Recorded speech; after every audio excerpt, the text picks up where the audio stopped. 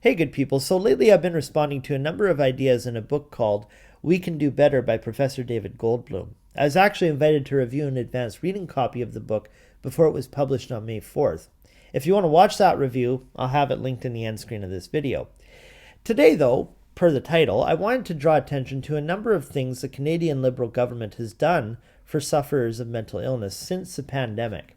I wasn't aware of this prior to reading the book, and perhaps you weren't either, so let's get right into it.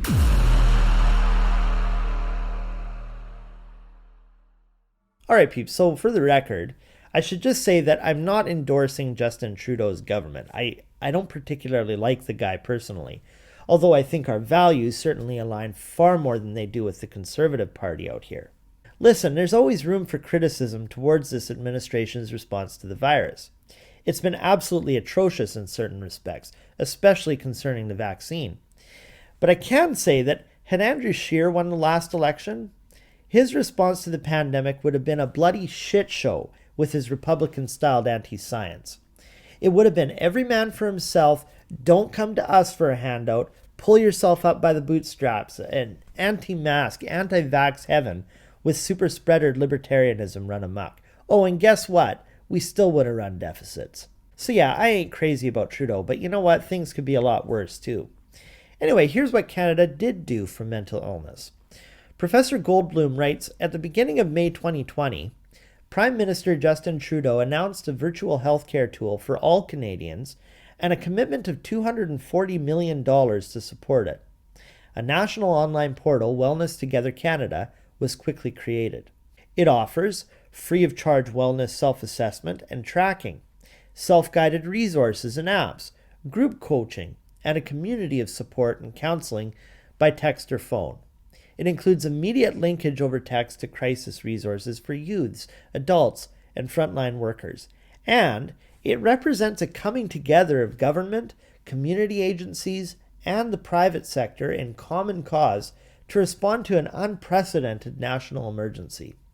Change can happen quickly, within a couple of months of the pandemic disrupting the lives of all Canadians, unquote. Again, I don't want to sound like a government ventriloquist here, because I do have many issues with how things have been handled, but this is fundamentally the posture we should be taking towards mental illness. Here's how I worded it in my official review of this book. I said, but here's what we do know. When technological innovation, psychopharmacology, advocacy, corporate funding, academe, cutting-edge therapies, coaching, and perhaps most prominently, an invested and maternal public purse cooperate with one another, everything improves, unquote. In future videos, I'll show overwhelmingly why this is the case. It's not only inhumane of a government not to make mental health a priority, it's actually extremely costly. And what's so neat about the Wellness Together Canada online portal is, you'll notice, it's not just frivolous spending, it's something that will take years to implement, such as training more psychologists. It's far more expansive an idea than that. The reality is, and I'll be making a video about this point specifically, more psychiatrists is not the only answer to our mental health crisis in Canada.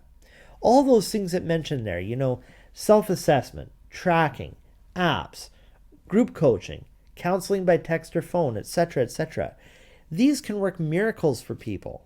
Of course, Wellness Together Canada was never meant to be like a year-long therapy program with a psychiatric professional in extreme cases. The name of the game here is accessibility, helping people with their most immediate needs before a few symptoms mushroom into a full-blown psychological breakdown and diagnosis. The economic devastation this routinely spells out for not only families and small businesses, due to medical leave, but also the immediate toll it takes on emergency services is enormous. It can't be overstated. So the government needs to play some role here, and there's extremely encouraging data I'll get into on this in other videos. So Canada ain't perfect, but things could be much worse, and that's important to remember here. I'm going to include a link in the description below to that online portal, Wellness Together Canada. It's an incredible thing you should take advantage of if you need the help. Anyways, I'll leave it there for today, guys. Stay tuned for more, and we'll catch you in the next one. Hey everyone, I hope you liked this video. We put up some incredibly transformative content on this channel. If you want more like the one you just watched, click the suggested video on this screen. Make sure you subscribe, and to connect with me on my other platforms, my handles are linked below in the description, alright? Take care, peeps. Till next time.